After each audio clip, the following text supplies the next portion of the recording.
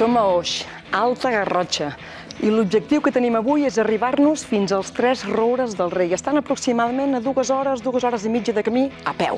Res de cotxes, ni helicòpters, ni caiacs, caminant. Per la història d'avui, però, ens hem de situar en un marc especial, a la nit de Sant Joan. Ja sabeu que és una nit màgica, la nit més curta i el dia més llarg. En aquesta nit hi pot passar de tot. I què passarà? Doncs mireu, tenim el protagonista de la nostra història, que és un nadó, petitó, xicarró. Acaba de néixer, però ha nascut trencat. I què vol dir això exactament? Vinga, va, ho sabeu? Penseu-hi. Us deixo 3 segons. 1, 2... Vinga, va, molt bé. Néixer trencat vol dir néixer herniat. I els pares volen aprofitar la vinentesa de la nit de Sant Joan per intentar fer un ritual i curar-lo. Què es necessita? La robeta, bàsicament. Una destral, també. Però, bàsicament, les espardenyetes, els pantalons, els bolquers, la camisola i la faixa que tindrà un paper especial en tot plegat. Mentrestant, la Susana, la mare del nen, la gombola a casa i espera que es faci de nit, sent a fora al carrer, tombant per tot arreu, la jovenalla estan preparant les fogueres. Criden, xisclen, es persegueixen, són feliços, són joves, no tenen problemes. Ella també voldria xisclar. Però de neguit, se n'està, esclar, i s'espera amb força i paciència a poder anar bosc endins a veure si tot allò que els passa a casa s'arreglarà.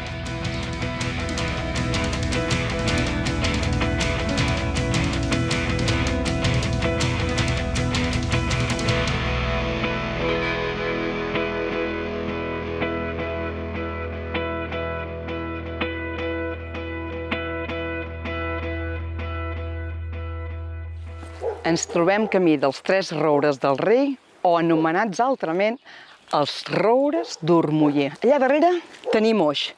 La Susana ja ha sortit amb el seu nadó en braços, no va sola, però. L'acompanyen o el seu marit o un home que es digui Joan, i el padrí del nen o un home que es digui Pere. Aquestes són les condicions del ritual. Tots 3 avancen de mica en mica. Al poble han vist com les jovenalles saltaven les fogueres 3, 7 o 9 vegades, que són els números de la sort. La Susana se n'han recordat que just l'any passat ella encara va agafar un tió que mig cremava i se'n va anar fins a l'estable de casa per fumar-ho tot, perquè així els animals no agafarien cap malaltia. Ara té problemes, però té només un únic punt de vista i un únic objectiu, curar el seu fill. I s'ha esglaiat perquè en passar per davant de casa la Miquela, una molt bona amiga que també ha infantat just igual que ella, sent els plors del seu petit. I pensa que allà han tingut molta sort, perquè aquell nen els ha nascut amb una estrella de 5 puntes al paladar, cosa que vol dir que podrà parlar tots els idiomes de la terra i, a més, curar qualsevol mena de malaltia. Per què a ella no li ha passat allò? Se'n va directament cap al pont romà. Pont que, de fet, és un pont medieval. La Susana, amb els seus 3 acompanyants, anaven pujant quan de cop i volta es va quedar parada. A baix, a la riba, va veure una silueta.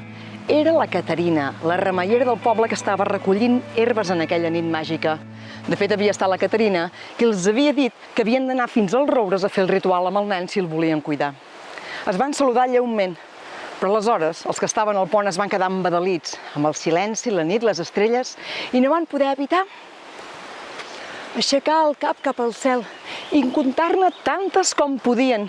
I és que diuen que durant la nit de Sant Joan, tantes estrelles comptes, tantes monedes d'or, tindràs a la butxaca. De seguida es van voler treure aquestes cabòries al cap. Tenien feina. Vinga, va, ens esperen els roures més majestuosos de l'Alta Garrotxa. Una garrotxa, si agaféssim la definició de diccionari, seria un terreny abrupte i de mala petja, és a dir, un terreny muntanyós i de mal caminar.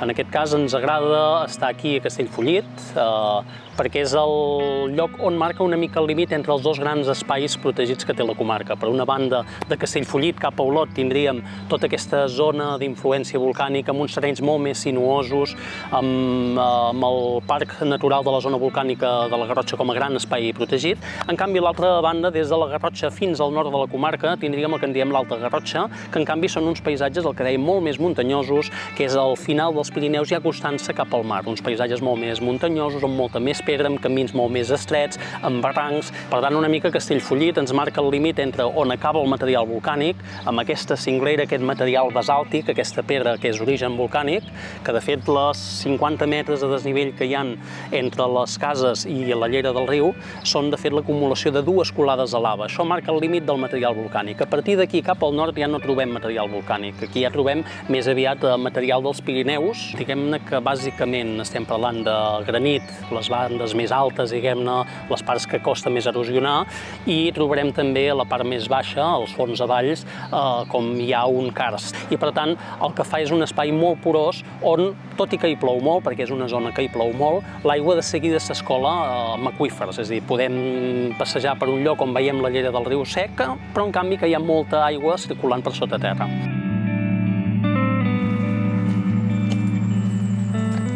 La nit està tapada.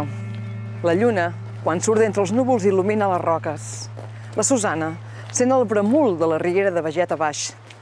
S'arracona cap a les roques, apreta el nen. Pensa en coses boniques, divertides, en tot allò que passa durant la nit de Sant Joan, per exemple.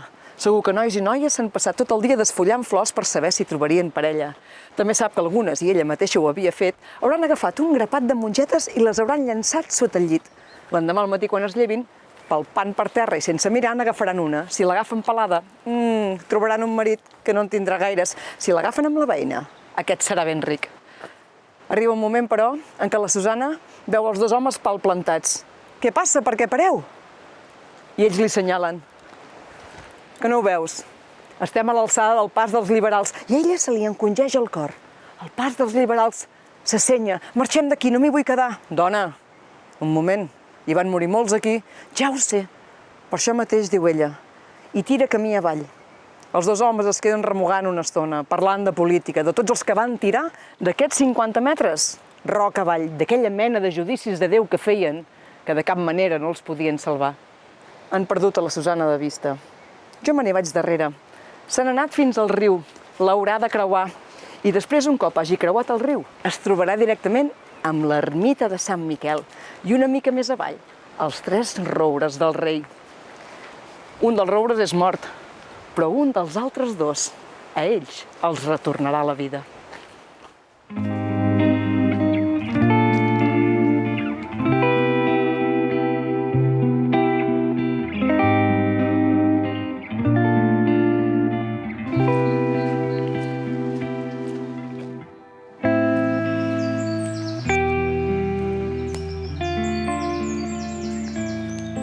Ara mateix estem al Pla de Penacilles, que és una zona oberta, un camp on bàsicament hi ha gramínies, i que estem davant del que tenim són els roures del rei. Els roures del rei són 3 roures, dels quals actualment només en queden 2, que en raó d'una llei del 1748 van ser protegits. No només aquests 3 roures, sinó tots aquells arbres que estaven a 27 legues de qualsevol curs fluvial navegable o de la línia de mar, per entendre'ns, en la qual cosa per això van quedar protegits.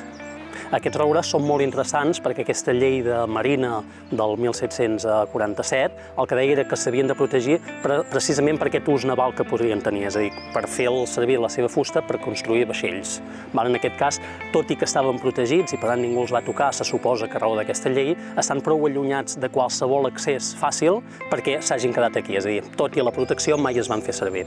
Aquesta és una de les explicacions per què els tenim. I avui tenim uns arbres que són monumentals, uns arbres que arriben gairebé als 30 metres d'alçada i que poden tenir uns 26-27 metres de capçada al que és l'arbre.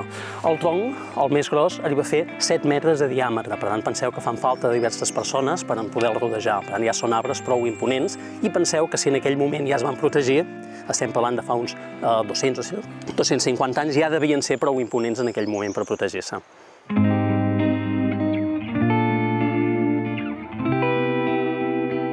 Ens trobem a l'esplanada dels 3 roures d'Urmuller. Quan els nostres protagonistes van arribar aquí, van triar de seguida un roure. Posem per cas que fos aquest mateix. Ara bé, heu de fer un petit exercici d'imaginació. Els roures pel ritual dels nens trencats de la nit de Sant Joan no havien de ser ni tan grossos ni tan vells com aquests. Havien de ser roures tendres, joves. Quan el van haver tingut triat, van agafar la destral, el van obrir de cap a peus, el van esbadallar i al centre i van posar una falca perquè no es tornés a tancar.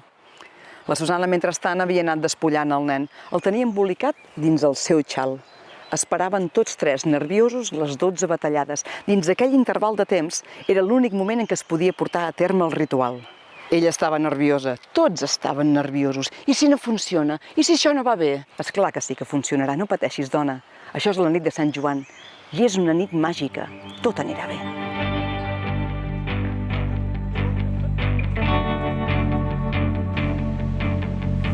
La nit de Sant Joan és un dels 2 solsticis de l'any. 2 dates dedicades al sol. 2 dates importants, 2 caps d'anys, de fet. Eren tan importants aquests 2 caps d'anys i tenien tanta relació un amb l'altre que es deia Sant Joan d'estiu, Sant Joan d'hivern. Com que la celebració dels solsticis és al voltant del sol, l'element que més s'assembla a la llum del sol és la foguera a la terra. Per tant, la manera més adient de celebrar Sant Joan és encendre fogueres. Per Nadal també se n'encenen. Al voltant de les fogueres hi ha tot un ritual. Voltar-les, saltar-les, en definitiva, d'una forma o altra, donar importància a la llum, al foc, a la nit del foc. No?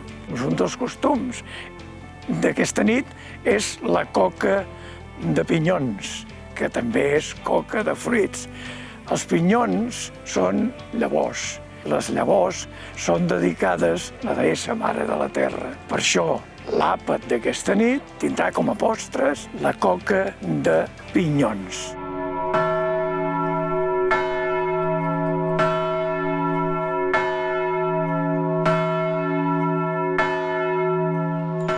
Ho sentiu? Van començar a sonar les 12 batallades. Es van posar tots als seus llocs, els homes, cada un a banda i banda de l'arbre. La Susana li va donar el nen amb en Joan, i en Joan, agafant-lo en braços i de cara al roure, va dir adreçant-se amb en Pere: Sant Joan gloriós, trencat te'l don. En Pere el va recollir.